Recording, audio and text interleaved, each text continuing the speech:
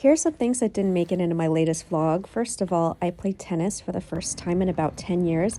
I had so much fun. I played so well. We even tried using this tennis app, which I'm still trying to get the hang of, but it records you playing and it helps follow the ball.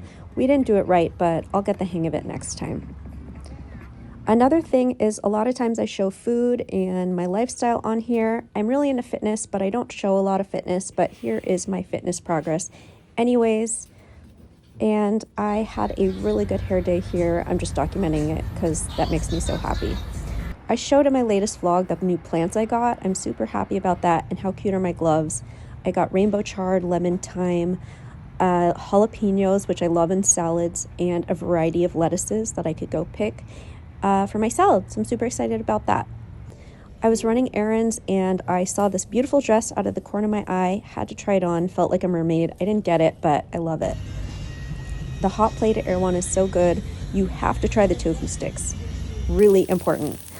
Something that made me super happy was making breakfast burritos at home. I didn't love the recipe that I tried, but having this for dinner felt so special. I really need a great breakfast burrito recipe in my repertoire. Another thing that made me super happy is making an apple crisp or crumble for breakfast. It's so cozy to just wake up, do a little chopping, and smell how the whole house smells, and yeah, just have something super cozy and dessert-like to have for breakfast or with your breakfast. So I really enjoyed having that.